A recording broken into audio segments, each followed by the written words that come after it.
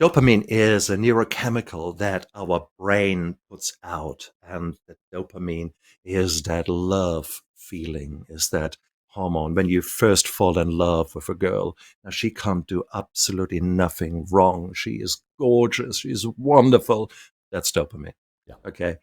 And so it's a wave of neurochemicals that It can be completely anything change you. virtually. It can be the weather. It can be something food that Well, you eat. nowadays, you and I, we might step outside after a storm and the sun is coming through the clouds, and you this gray clouds, the sun, and etc. gives you this, what a beautiful thing, and that is a release of neurochemicals. And as a healthy person, we recognize that. Yeah. As maybe not such a healthy person, we use drugs to get to that point, to get that release of neurochemicals that we so crave, that we so want.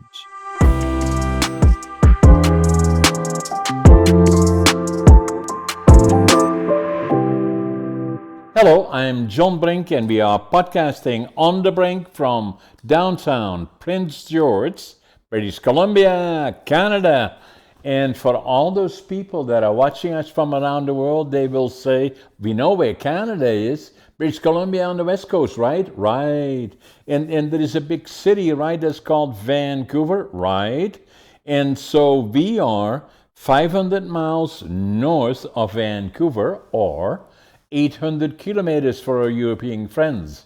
And the city of Prince George is about 82,000 people, likely, and it's in a beautiful area with lots of nature, lots of forest all around us. Within 50 miles, we got 100 lakes, and we got lots of other friends: black bears, grizzly bears, caribou, deer, foxes, wolves, you name it. They're all here. We call it paradise.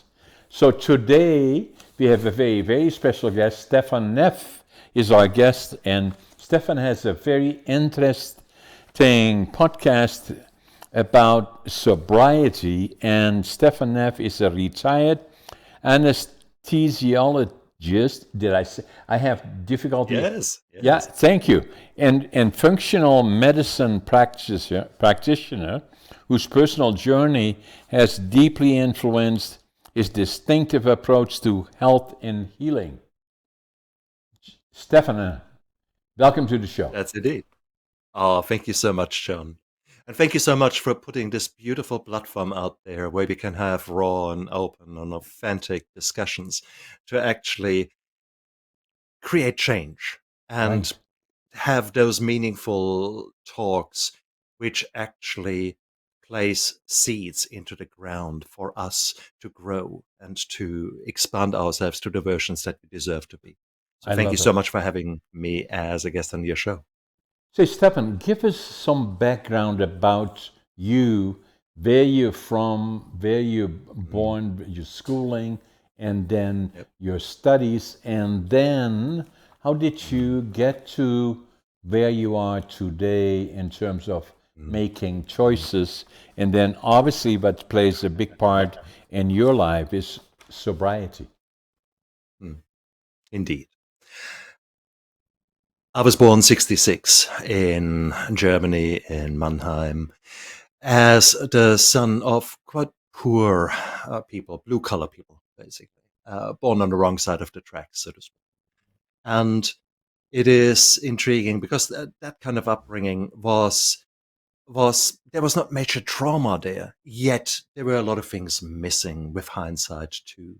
As so many families, things didn't work out. Divorce when I was age 4. I ended up being brought up by my great grandmother and was then a latchkey child. So I guess male role models were not very existent in my early stages in my upbringing. So Now, no, Mannheim, Stefan, is that on for our guests watching us around the world? Is that in is West Germany. Germany. It's in West That's right. Germany, close to Mhm. major city Hanover. Not No, really. it's about three and no negative. It's close to Frankfurt. Frankfurt is the Frankfurt. financial Okay. capital there. Yeah, 70 k's from Frankfurt, Okay. about 2 hours from the Swiss border. So it was, and 50 kilometers from the French border. So Yes. actually a very international kind of flair, if you think Right. about it, as so Right. many places in Europe. Hey, Fantastic place to be, should you ever go there. Mannheim is more industrial. 20 kilometers further is Heidelberg, which is the biggest wine beautiful. barrel in Europe and a Yeah. beautiful place to visit. Yeah. So it's wonderful. But having said that, Germany is an interesting place. It is, our school system was actually very good. With hindsight, I'm very grateful that I have been exposed to that. There was a lot of learning involved, and in Germany, you choose which kind of school you go to, in the sense of, I don't think he's so bright and he's going to be 15 years, he's going to be a mechanic. So you go to the lowest grading of school. Then they put me sort of in the middle grade. We think, yeah, well, none of our family has ever made it to anything. So you go in there, at least you can become something. Turned out, though, that I was actually reasonably bright and that I got addicted to learning, and I got addicted to, especially to history. And that really was such an amazing thing. So one of my first addictions in my life was actually to learning. And that was beautiful. This helped me hugely. So I ended up finishing the 10th year, then went to a special school where I could add up the 3 years of the gymnasium, because it was clear at that stage I wanted to become either a vet or actually a doctor. Okay. And so I did. And so I was the only one in my family I actually ever went to university. And it was beautiful. Having said that, at around that same time, when I was about 13, unfortunately, it was the wrong place, wrong time, and I became the victim of a gang assault. Ooh. So I was pretty beaten up, and that unfortunately created quite some trauma. And with the lack of positive coping mechanisms, I became quite focused initially on survival. So in other words, Why I would became ram. at 13? What? Why would somebody beat you up? Wrong place, wrong time. I was sitting on a tram stop with my first girlfriend, holding hands, and behind us was a bar. A group of people, young men, came out, were bored, had beers in their hand, and one came across the ringleader and just decided to pour some beer over my head. And I jumped up and said, "Why are you doing that?" And next thing, I was lying down on the ground and looked at my front teeth, some blood that was lying in front of me. And it just so happened to be that they wanted to beat someone up. Wrong Yeah. place, wrong Wrong time. place. Yeah. Yeah, nasty piece of work. I put the guy behind bars, and he got 3 years, and he threatened me there to kill me once he came out of jail. And so I ended up I mean, my bruises had not healed when I started training martial arts. And that, I guess, was my second addiction, because I would go to school and then earn some money in stacking shelves. And when I was not doing these two things, I would be training martial arts. And I became Rambo. And with that, they had knocked out my teeth. As a teenager, you can imagine they don't replace your teeth permanently. They wait until you're 18. You can imagine there was not much laughter or joy in my life. No. So for 5 years thereafter, I only fought. I only was, yeah, Rambo. My body changed tremendously. I became this lean fighting machine. And that came in quite handy when I was 18. I finished school, ended up best at school. I could choose the university I went to. So I went to Heidelberg. And several things happened at the same time in my first year at university. First of all, I realized in the days before internet, this idiot would never find me. Was in a different town, so the pressure came a bit off there. Secondly, they had fixed my teeth by now, and I recognized and started to appreciate girls. And then thirdly, I had that one life-shattering experience one Saturday. I was sitting in a German beer garden. It was summer with my two new friends there from university. I was sitting there under this huge oak tree, sun shining. It was Saturday, yeah, 11, 12, and lunchtime. We had no breakfast, but had by now a liter of this beautiful German beer. And there I was, and suddenly I heard this roaring laughter. And I looked around, and I had not realized that laughter had come out of me. I had not recognized laughter and joy and that feel. And I still get goosebumps just talking about that now, because it was such a beautiful feeling of dopamine release that I'd experienced. And unfortunately, that forever got linked to the alcohol. So here was the first time in my life actually letting go. And alcohol for the next years became indeed a good friend, as it so often is, because addictions serve us because they either help us with some dopamine, with some joy, with some bliss, or they at least stop the pain, stop the suffering. So we always need to recognize whatever we do, whatever your behavior is. This could be behaviors that you're making love to everything that has a heartbeat and can't be up the tree in 3 seconds, or that you smoke like a chimney, or that you use drugs, or that you use food, or that you gamble. It doesn't matter. They are all essentially the same things. They help us in that moment when there is so much darkness and so much pain. And some of us are just super responders with dopamine. And I, nowadays, as a functional medicine doctor, I certainly have done genetic testing and things like that. Turns actually out from my genetic makeup, I shouldn't have these strong responses. Yet in real life, I bloody well know they have been, there is a lot of dopamine pushed out on certain occasions. So it's interesting. And as I said, alcohol was a friend because it took my inhibitions away. It made me Explain dopamine. What does that dopamine. mean? Yeah. Dopamine is a neurochemical that our brain puts out, and that dopamine is that love feeling, is that hormone. When you first fall in love with a girl, now she can't do absolutely nothing wrong. She is gorgeous. She is wonderful. That's dopamine. Yeah. Okay. And so it's a wave of neurochemicals that It can be completely anything change you. virtually. It can be the weather. It can be something food that Well, you eat. nowadays, you and I, we might step outside after a storm and the sun is coming through the clouds, and you this gray clouds, the sun, and etc. gives you this, oh, what a beautiful thing. And that is a release of neurochemicals. And as a healthy person, we recognize that. Yeah. As maybe not such a healthy person, we use drugs to get to that point, to get that release of neurochemicals that we so crave, that we so want. So that Drugs is where the or dopamine comes, alcohol. alcohol or gambling Or, or food. right. There's so much that Right. we do. If you ask me nowadays, how many people, Stefan, do you think are addicted? I would say high 90s, 90%. And of that, about 30% is chemical addiction. And the rest is our behavioral addictions, Right. that where we do something that is probably not productive and good for us, but we still keep doing it. Yeah. We might even feel guilt and shame about those things. Yeah. So I think it's a very common thing.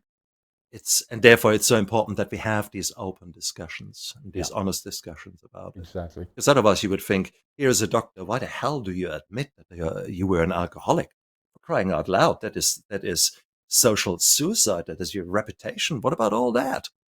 The reality is 1 in 3 of us are using chemicals to somehow get that. So therefore, when you think about alcoholics or any kind of holics, these are not the people who are face down in the gutter. This is the absolute extreme 1%. So if I look at me, then looking back, at some point, I smoked cigarettes, not healthy. I smoked a pipe, and then I had a period of time, and probably 3-4 years, where I became an alcoholic or habitual drinker, not necessarily all over the place, but just having that need for alcohol.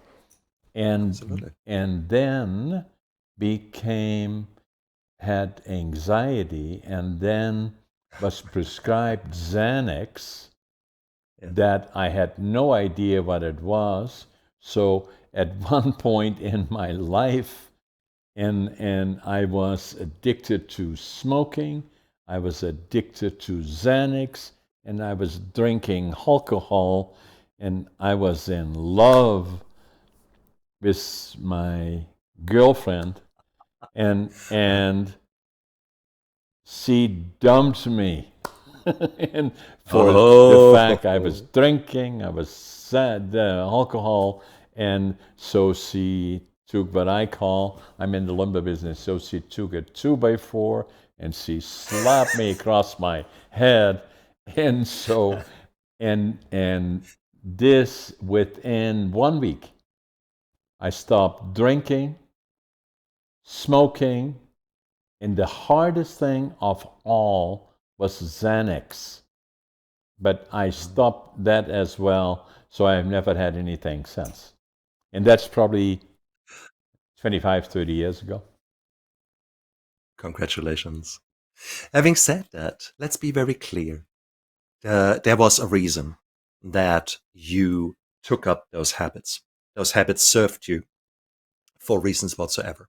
Yeah. Let's accept that we live not just isolated in little silos, but we live in societies where we are getting brainwashed by the alcohol industry and by many other industries for you to consume certain products that are very well known to be highly addictive. Let that be sugar. Let that be the alcohol. Let that be many other things. I mean, once upon a time, go back to the old advertisements for smoking, signed Dr. So and so. More doctors smoke Camel than any other brand, that kind of rubbish. So times are changing. But at that time, if I think back about the 80s when I had my assault, alcohol was ubiquitous and still is in our society. Yes. What was a man's man? A man doesn't cry. A man has a vodka. And, it was that kind of thing. Many industries, alcohol was absolutely part and parcel. You couldn't have a business meeting without getting 4, 5, 6 drinks in, and that was lunchtime or breakfast. Yeah. So, we need to accept that different times in lives have different norms attached to them. And different Having said, reasons, right? Like in my yeah, case, I know anxiety during the exactly, period of that was very much exactly. a reason for it. Anxiety, and it gave me then a sense of comfort in a way. So between the Xanax and the alcohol, Yeah, so yeah. And I still remember this warm sensation after having 2, 3 glasses of wine. Suddenly there's this warmth radiating from my stomach out and my shoulders. I literally feel them relax. And that was all part and parcel of it. So was it an effective stress reliever for me? Hell yes. Was it earlier helping me with inhibitions and anxiety? Absolutely. To a degree that it actually, I could use it as a tool, the alcohol. As a younger man at university, if I met a new girl, we made love, I was able to say, look, how long would you like to make love today? And she said, what do you mean? Well, shall we do an hour? What shall I be aiming for? And she would laugh. But I could, with the right amount of alcohol, I could completely control my sexuality, my erections. And it was like a superpower. Now, needless to say, that was when I was in my 20s. And later on, alcohol became very much a double edged sword that hindered me, that put my health very much at risk. But at one stage, you need to say that all these things, they serve a purpose. And they can actually be very tempting. In this case, the alcohol and the sex that worked like a treat. And it was now, highly, highly accepted. now let me ask you one more question. Is that so? You went to Shoot. Heidelberg, you did your university, and you got a degree in Mhm. medical You start as a doctor. doctor. You start as a doctor. That's right, Okay, as a medical doctor, right. and then thereafter you specialize So you do about 6-7 years to become a doctor. Yeah. Then you specialize as a surgeon, as an anesthetist, as an intensivist, and that's another 7 years. And then you do subspecialization. So I went to school for a quarter of a century, essentially. Yeah, and so that you became a medical doctor, then you got the other specialty area was called, maybe that's what I have, the, how did you call that again? And Anesthesia, anesthesiology. right, And then on top of that, I became a pain physician. I became a hyperbaric physician. right, And yeah, I was collecting an alphabet soup. And that again is actually highly telling. Unfortunately, I never celebrated my wins. I right, always achieved for the next and always reached for the next. I was never right. happy. It was always external validation that I was hunting. Is that still from the foundation of how you grew up and how you then got beat up when you were 13, and then an accumulation of all of that that then brought Mm. you through the schooling system where nobody in your family had been there before, and did you put a lot of expectations on yourself that it was never good Mm. enough and not good enough and not good enough? So yes and yes and yes and yes and yes. But you could have started earlier, because we both come from a neck of the woods where there was a lot of trauma in your early childhood for you to be in the Second World War and growing up in that time and in a time thereafter, post-war. These were very brutal times. The times before that, we nowadays know that our ancestors unfortunately often lived through very brutal times as well. When I look at my ancestry, that's very true as well. Now, it is a fallacy that we think our genes are just genetic codes, etc., that are right here, right now.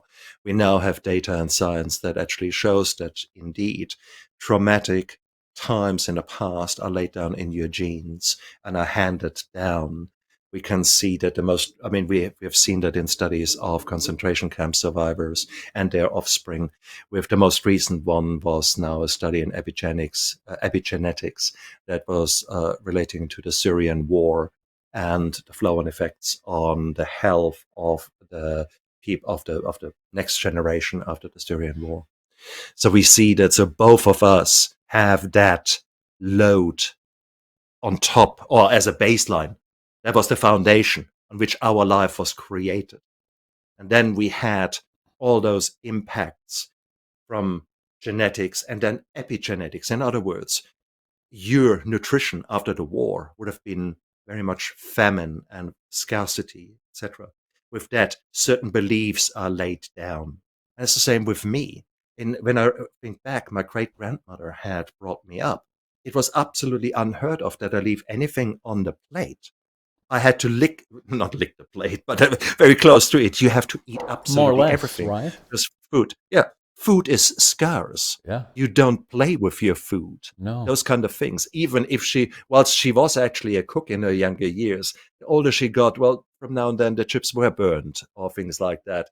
There was just no way that you wouldn't eat them. So it was those kind of belief systems are laid down in a subconscious way, and they are driving us. They are impacting us. And those of us who continuously end up in trouble, I think there is a lot of shadow work to be done, that we address the PTSD, that we address the core beliefs that were laid down so early on by maybe our parents, our grandparents, whoever influenced you. They did so not out of malice. They did so because it was the best that they could do under these circumstances at that time. Their beliefs were there to protect you. With hindsight, unfortunately, many of these things have got flow-on effects that are resulted in attachment styles in relationships that do no longer serve us, or attachment styles to ourselves that don't serve us. Our beliefs about food, our belief about finances. My parents coming from poor circumstances, there was always an envy, and money is always bad. and look at them. Ah, I'm sure he is whatever warped core belief there were. There was always negativity. So nowadays, I continuously have to fight with those core beliefs laid down many, many moons ago. And they hold me back to maybe take opportunities from a financial, from a wealth building perspective, to believe in abundance and live a life that creates abundance. There are many hurdles that are laid down that I have to work harder than maybe others. And I think that's okay. We just have to accept that this is the case. I can't beat myself up for it, but by It, recognizing it, it, I take the liberty. it reminds me, Stefan, of, like, in my case, I was born in November the 1st, 1940, in the Second World War. But to step back a bit in terms of my grandparents, they were, on my dad's side, they were farm laborers. They would sleep in the back of the farm, and they were looked at as lesser than. That's where they were, and to go beyond that was just not acceptable in our part of Holland. And I was born in northeastern Holland, 10 or 15 minutes from the border with Germany. So that's a lot of farming there in that area, and that's what it was. That even as a kid growing up, that if the farmer had the farm, then they did not associate with you because you were less than.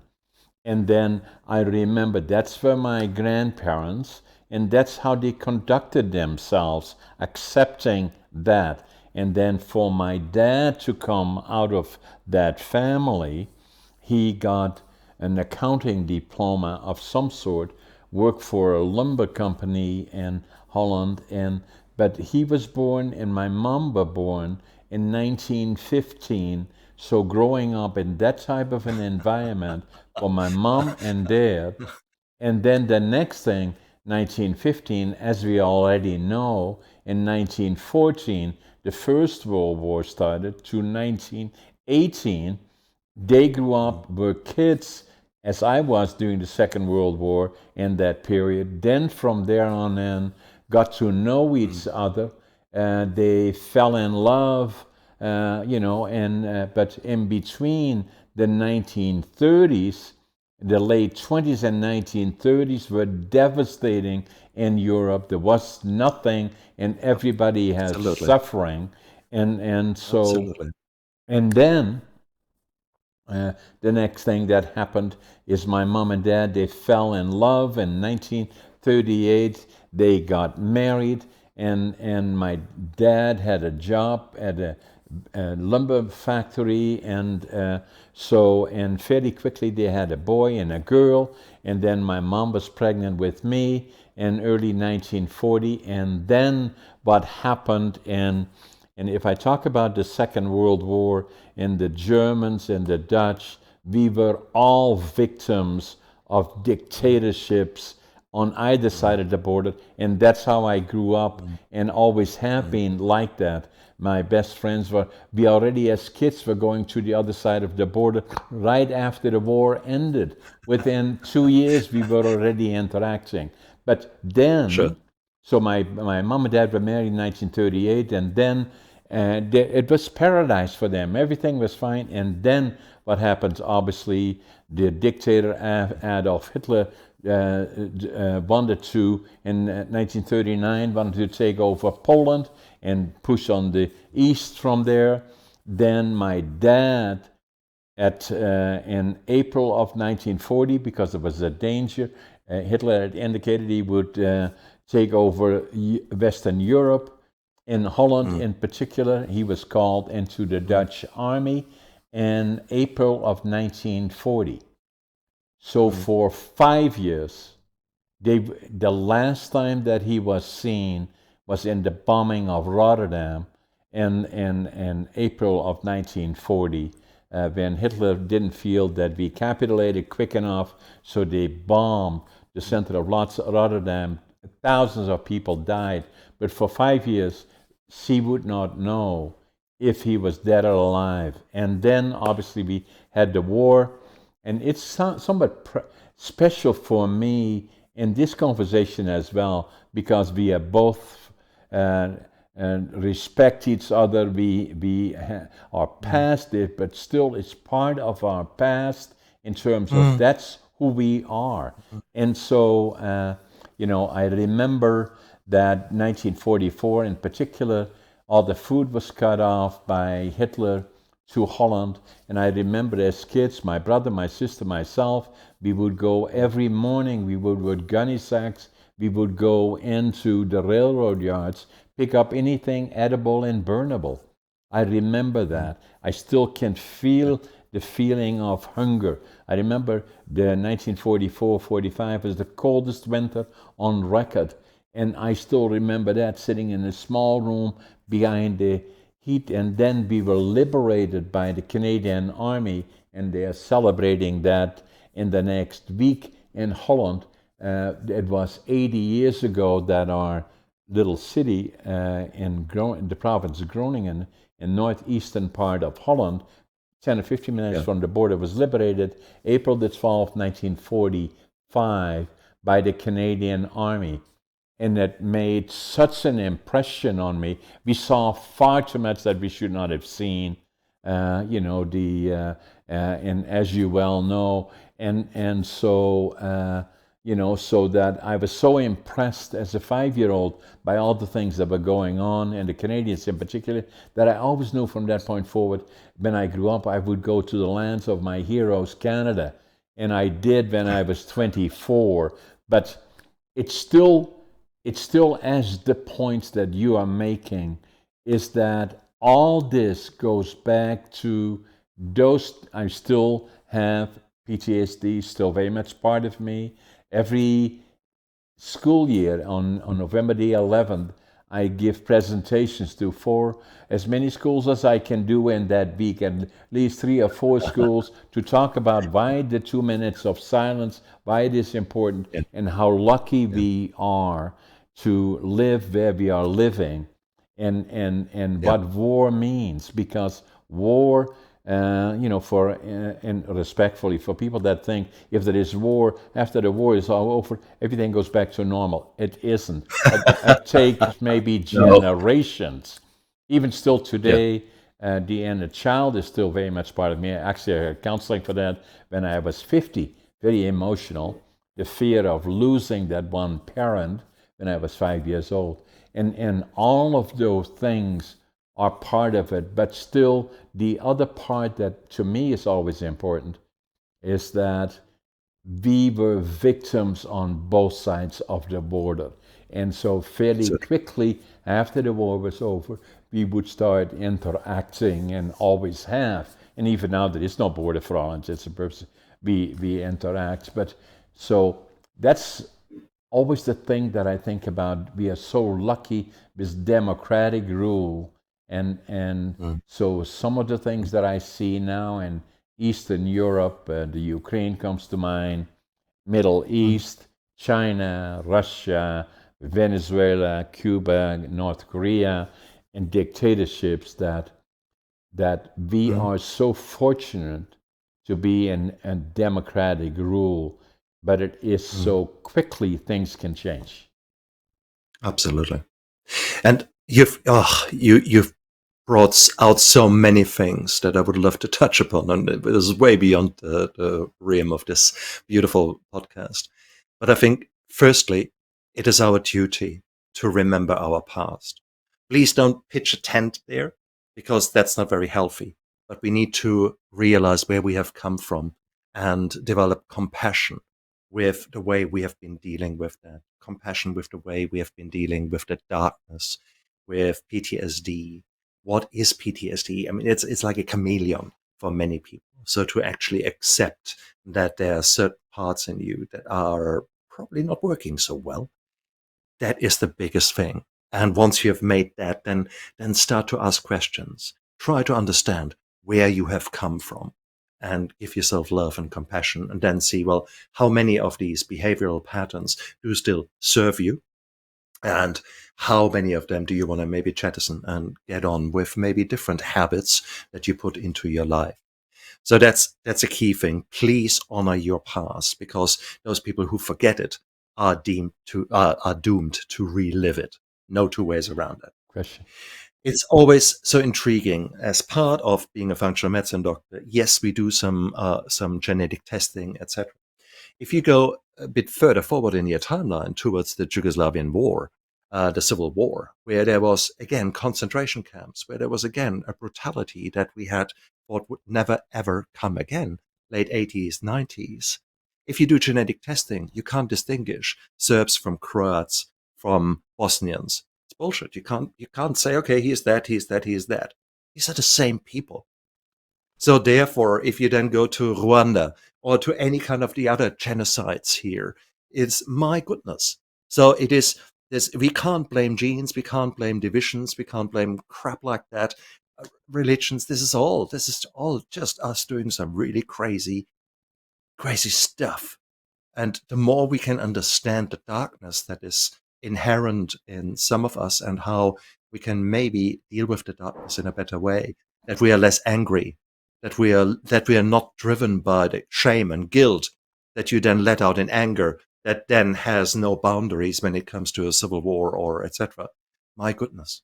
So start working on yourself, and there is so much we can do. A beautiful study to come full circle to how we can be better humans. In I believe it's a Finnish study where they changed the nutrition in a jail, and instead of the kind of fast food, ultra processed crap, they actually did more holistic, nutrient dense food. They dropped within 1 or 2 weeks. They dropped the violence rate in the prison by 30% by just changing nutrition. Nothing Amazing. else, Amazing. isn't it? So if you actually look at that, and if you look at the two of us with our anxiety levels, there was a time in my life when I thought I'm eating well, and in reality, I was eating a lot of processed food and a lot of hidden sugars. My God, my blood sugar went up and down like a yo-yo. And I should have known much better. But going up, you get this anxiety, going down, depressed. I can nowadays, with my understanding, I can create you a diet. Within a week or two, you are, uh, you're going through emotional mood swings that there is no more tomorrow. You think, my God, you need to be admitted to a psychiatric hospital. And that's just me altering your diet to to your nutrition, to a way that I just take away some of the things that we need to create this serotonin, the the happiness hormone within you, this neurochemical. We nowadays know 95% of serotonin is produced in our gut, not in Right. our brain. Yeah. So you don't have a Prozac or paroxetine deficiency. You actually have probably a rather rotten gut, and maybe you're not looking after your nutrition. You're not using the amount of protein, of high quality protein you need. You have not looked at magnesium, zinc, selenium, the vitamins that you need to create the serotonin. So there's so much we can do just on a foundational basis. But some people, they just strive for this. Oh, I want wealth. I want enlightenment. I want, those kind of things on the tip of the pyramid. Yet their foundation is so chaotic. They're driven on the one hand by core beliefs that do no longer suit them, or emotional turmoil. On the other hand, their sleep is atrocious. Their hydration is non-existent. Their nutrition is bad. Exercise, what's that? And so on. So we see the sedentary lifestyle combined with emotional trauma that is often, from all over these people. So from external as well as internal. And then we expect them to somehow live productive lives. That's just silly. So therefore, we can do so much better. And I think we've got the duty to do so. Because as much as we need to look into the past and see, okay, my parents suggested I do that and that because they didn't know better. Well, nowadays, we too know better. So therefore, I postulate that we have a duty to model a different behavior, to model different lifestyles that are far more likely to make us the leaders that we aspire to be, make us not just the survivors, but the thrivers under very adverse circumstance. Trauma doesn't go away. Life is going to be challenging, but how we show up for it and what kind of resilience we have created in this life determines what kind of role models we can be for our children, our grandchildren. And to everyone out there listening, please be aware, I have yet to meet in my life a man who has got children who says, I was a good father. Every single man out there will be shy, will look down to the ground and think he is a failure as a father. And some of us more so than others. We have done what we have done. We, again, like our parents, we tried to do the best thing at that time. But we were broken often enough. Our healing journey was only just starting. But meanwhile, your children were having their own journey. That's something that I have to admit. I was so busy trying to deal with my own demons with the help of alcohol initially, and then getting sober, and then throwing myself in work to be the provider for my family. Was I there for my children? No, I wasn't. So therefore, again, let's recognize that. Let's accept that. But right now, you have got a choice. Right now, you viewers and listeners, you chose to take action. You chose to listen to this podcast. And I congratulate you for it. Because you have changed. It's impossible for you not to change, because you will have gained some insights that will now allow you to make maybe a different choice here, a different choice there. And it's this kind of nutrition that is so important. Nutrition does not just include nutrient-dense food, but also includes the nutrition that we give our brain, what we listen to, what we watch, what we focus on. And whilst we might bedevil the social media nowadays, and I certainly agree with that, we also have got a choice there. I still love YouTube Shorts, but my algorithms will automatically be a mixture of uplifting, inspirational stuff and informational stuff. So I know exactly what my response will be, that I will be uplifted from what I see. So I often use 15 minutes or 20 minutes if I feel ratty, anxious, and overwhelmed by my own thoughts. I might actually say, look, take a break. And typically I would do an exercise snack or activity snack. So I do some workout. I make sure that during the day I eat healthy, protein-rich, whole foods. I hydrate. I keep my sleep fine. But then when I'm still feeling ratty, I might use social media. But my algorithms will be very different than probably many other algorithms out there, or many other people's algorithms out. So it's all choices that we have. So what I found, Stefan, is that having the background that I already spoke about earlier, is that the biggest challenge that I had going through all the steps is I was punishing myself to a certain extent as well, that academically I was not a success story. I failed grade 3 and I failed grade 7 3 times. So they said to my parents, what are we going to do? What are you going to do with this guy? And they said, send him to the mentally challenged school. They said, no, we're not going to do that. Oh. So they sent me to my dad had a friend that had a furniture factory, so they sent me there and said, let's make him a furniture maker. So that's what he did. But kids are hard on each other. And all the friends that I had that went to college and university, all of a sudden I was not part of their group because I was a laborer. I'm proud of that today. But then, so when I went to Canada, finally when I was 24, I wanted to start with nothing to prove to me that I was just as smart as anybody else. And I had the dream to build a lumber mill. So I left with one suitcase, 3 books, 2 sets of clothes. And then I had also with me very little money, couldn't speak the language, didn't know a soul, didn't have a job. So I landed in Montreal, took the train from Montreal to Vancouver, 4 days, 5 nights. My God, that's a long way. Anyway, so I came to Vancouver, and I could speak the language. Went to the immigration department, and fortunately, there was a German fellow. I could speak a little bit of German, so I told them what I wanted to do. I wanted to become.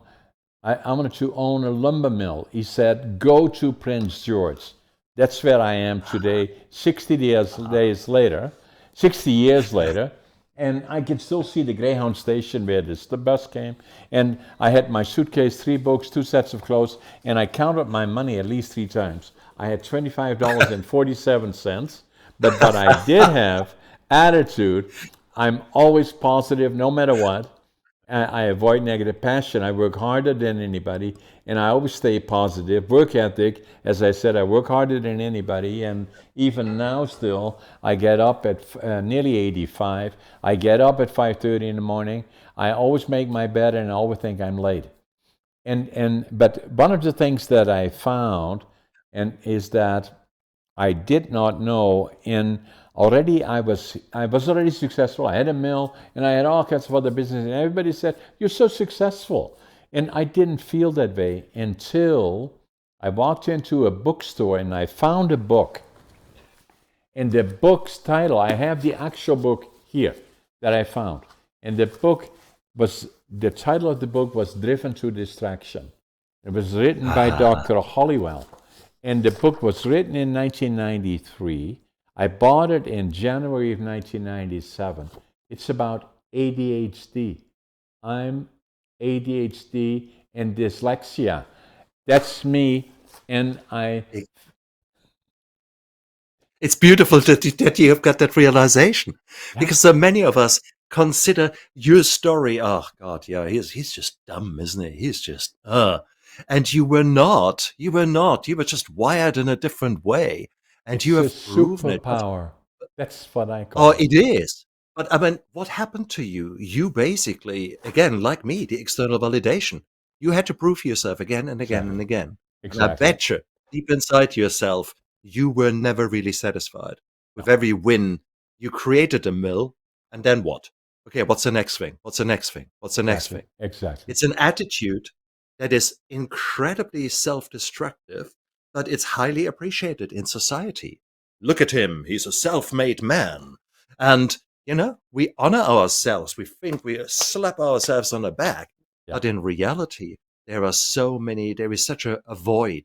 There's such an emptiness in so many entrepreneurs and high achievers where you think, okay, now what? And that is so important that we accept that and that we realize that, because that's where then another growth spurt can happen, because you now can suddenly actually realize, who are you? Or more importantly, Exactly. who do you want to become when you grow up? When did you learn about your love languages? Did you ever understand what your own needs were? Not really thought about it all that much because I was so preoccupied with all the other stuff. It took me a long Exactly. time. It took me a long time to say, "Who am I?" And Yep. to get to that point, it likely was substantially because I knew I was different. Being ADHD was one of them, and then the other one was no self-confidence and not Exactly. a good communicator until somebody, an ex-sister-in-law, dragged me to an organization called Toastmasters, and I was there for 10 years, and all of a sudden then became the highest level on communication is a distinguished Toastmaster, and I love it. Hence, I do podcasting. It changed my life, but at quite late in life, actually, already in my 70s. The other thing I wanted to show you, one more book, and where are Yeah. you located? I'm in New Zealand. Oh, New Beautiful New Zealand, Zealand. of all places. So the last book that I wrote is this one. It's Yeah. Living Young, Dying Old. It's a picture of me. I'm the oldest competitive bodybuilder in North America, actually. I believe, even before I we now interacted here, I believe I've got it here on my phone. I love So it. I absolutely. I would talk about serendipity here. Now, I wanted to. So we need to do more podcasting, not just this one, but we're nearly at the hour. So I want. I got a picture of you with Steps to Sobriety. It's a book, But and you have it in front of you. Is writing books, Stefan? It's not easy, and oh I've no, done 5, 6 now. But the first one that I wrote, Against All Odds, it's not about how successful John is, but rather all the ups and downs along the way. It took me 80 years to live it, 20 years to think about it, and then I knew if I didn't do it now, it would never happen, in 2 years to write it. But I love good. it. Your book is available all over the place? That is right. All over the place is the right answer. It is. I think there is so much to be said about journaling and writing a book, because once you actually put your thoughts into words, it becomes incredibly powerful. Right. As this is now its third edition, in its first edition, one day I was sitting there and had a writer's block, and I didn't know what to do, and so I did crazy writing. It's a technique where you just write whatever. Right. There's green, there's a cloud, there is a chicken running around the thing, and my fingers were typing, and suddenly I had this out of body experience where my hands were writing, and I thought, what are you writing there? And I wrote a chapter in the book, and again, goosebumps here, because things came out that I had consciously never, ever really even thought about. And yet, there it came out. The subconscious wanted to purge it, to throw it out there. And it was incredibly powerful. So when I look back, how I managed and basically healed my PTSD, I would say 70% of it was hypnotherapy with a wonderful lady. She uncoupled the emotional response that I had of memories. 70%. 20% was indeed me writing about it. I wrote a few articles. PTSD is my superpower, things like that. So that was again a healing thing. And 10% I kept, because I think not every aspect of PTSD is a negative.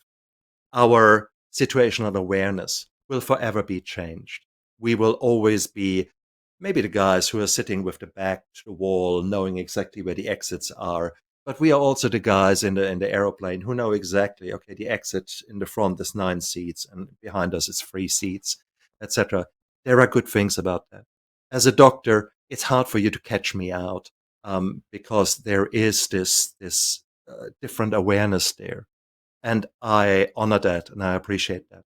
So some parts, not all parts of your mental makeup are bad, even if they might initially appear so, like ADHD or dyslexia, etc.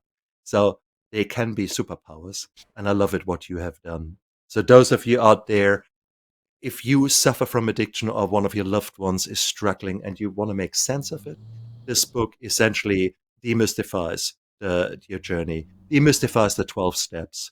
12 steps is nothing else than you helping a mate who has a failing business in the same category as you. You're doing well, he's doing not so well. You would give him a hand in his business. These are exactly Okay. 12-step programs. Yeah. And that is so beautiful. So that's what I've tried to explain in my book. Take away the kind of prejudices and the kind of alcoholics, they only live in the gutter kind of thing. No, Right. no. Alcohol and any addiction goes through all strata of society, and especially entrepreneurs, especially people out there who are pushing themselves to the brink. I mean, for crying out loud, you know, Yeah. we've talked about it. Say, Stefan, have you got a website as well that people can Absolutely. check out? Maybe give that to us as Abs- well, and we'll put it on Absolutely. there. We will be releasing this podcast tomorrow morning, our time. Oh, wow. So Beautiful. probably in about 4 or 5 hours from now or so. Or so, no, 24 hours I'm a from now. lucky man. Yes. Please And head and over to Neff Inspiration, my surname, Neff, and inspiration.com. And from there, you can find links to my books, to my show, to the extensive blogs I've written. So I've tried to share as much as I can and give free content for people to be infused and inspired to make changes. I strongly believe in small changes every day, 1% course direction every day. I do not believe in massive Tony Robbins, let's go out there. Yeah. You can do that. It's like the 1st of January. Those kind of resolutions very quickly go down the gurgler. Yeah. I believe in small but sustainable change, but in a consistent way. And hopefully there is lots of information there. And there are also links then. I'm just redoing a website for my clinic, the NEFF Functional Medicine. But all these kind of things, NEFF Inspiration will be a good hub for you to start. I love it, Stefan. It was an amazing podcast. I'm going to mention to Scott, stay in touch with you. We should do another one 4, 5, 6 months from now, again, to follow up, because we got at least another couple hours to speak. And for all those people watching us from around the world, subscribe to our podcast that both myself do and Stefan is doing, and then share it with others and like it if you like it, or give comments. And it encourages us to do this and share it with others around the world. And this again with Stefan.